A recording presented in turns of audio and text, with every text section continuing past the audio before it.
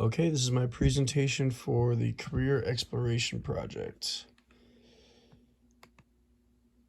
So, a career I eventually want to get into is becoming a pitching coach and trainer for a team, as well as an arm care specialist. So, I believe that advancing my knowledge into becoming an athletic trainer will help me become a better version of myself as a coach.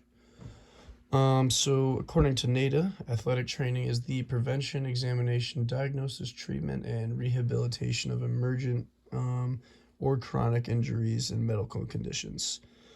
In society, athletic trainers make a huge difference for the common person as well, as many people may not have the knowledge on how to get back to work or school after an injury. So, education and career. It was recently decided by the AT Strategic Alliance that a minimum degree level would be a master's, and that's going to be implemented within the next several years. As right now, vast majority of athletic trainers hold at least a master's degree. Average tuition undergrad is about just under $25,000, and grad programs are about eighteen to $19,000.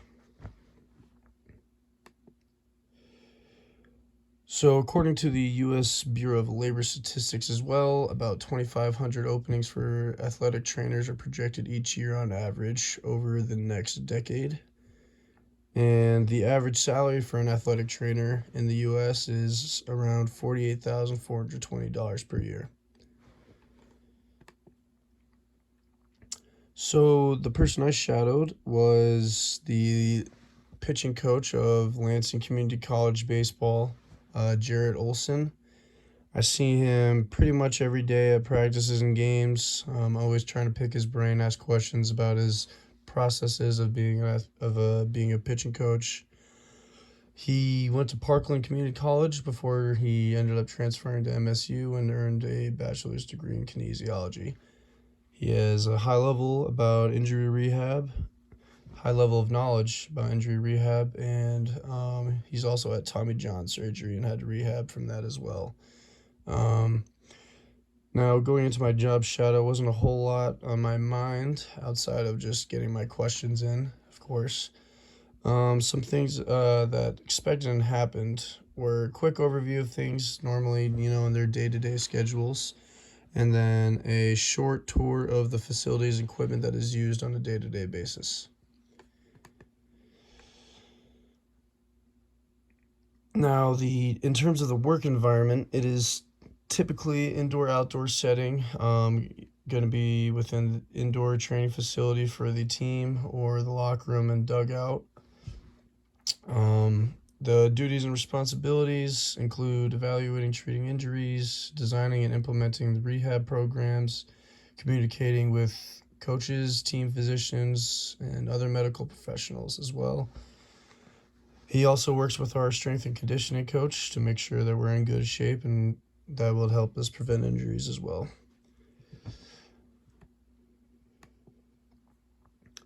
So, going into the questions that I had asked him, one of the main ones was, of course, what inspired him, what had made him pursue kinesiology as a baseball player.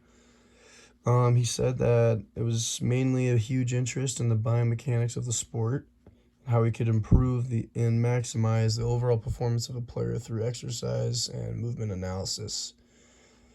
Baseball players need to be in top physical shape to perform at their best, and understand the science behind kinesiology can help an athlete achieve great success.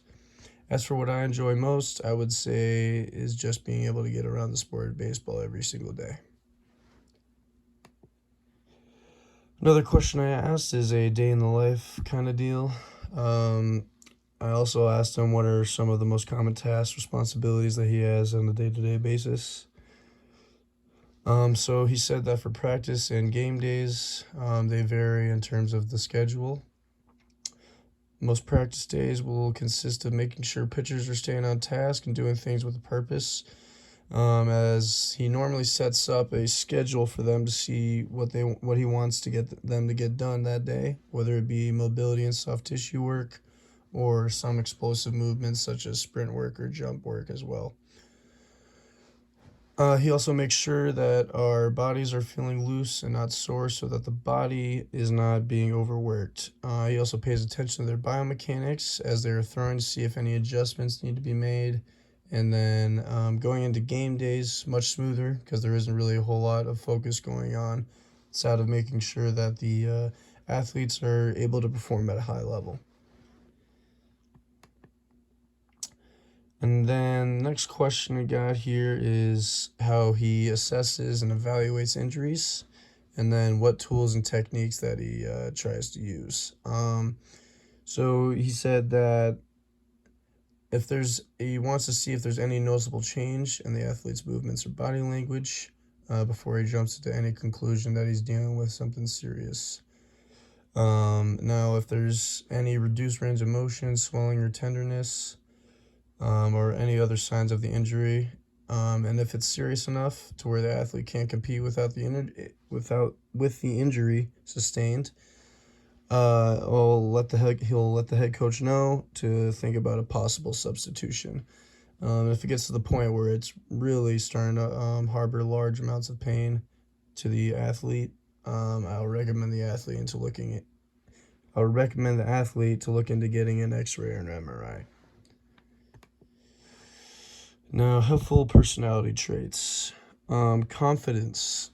This is an important trait to have in anything you do, whether it be at home or at work. It is important to have extreme confidence in your abilities because if you don't, then nobody will. Projecting confidence in your knowledge and abilities in any field not only boosts your performance, but also gives client confidence that you are going to get them back to full health. Now, good communication skills. That will be boosted by having great confidence in yourself. If a trainer can form good relationships with their client, then it makes going to PT much less of a pain for the client. Having injuries can really get to a person's mindset, so having a good interpersonal skills can help a client feel less down about not being able to compete in their sport. Compassionate. This goes along with having great interpersonal skills. Providing a client with optimism and positive thoughts can be a game changer when it comes to the client's motivational level. And finally, a passion for the field. Now, a passion for the field means that you will do anything in your power to make sure that your patient gets the care they deserve. Out of all these traits, a trainer's passion for the field will give them motivation to continue their education and become the best version of themselves that they can be. Now, finally, why would I be a good fit as an athletic trainer? I believe that this field, like I said before, will give me an edge over the competition, whether that be in my playing career or my coaching career. I am extremely competitive and driven to be the best version of myself, and I think that diving into the field of athletic training can be the difference between me and the other guys being the other coaches. Now, the term mudita is a Sanskrit term for finding vicarious joy and pleasure in the success of others. I am a huge believer in this term. I think it will be an extreme importance separator to me because if you're not showing your client that you're putting everything you have into seeing their progress, they will feel discouraged and they will not see the best results that they can because they are not getting the support system that they require. All right, that's the end of my presentation. Thank you for listening and have a great night.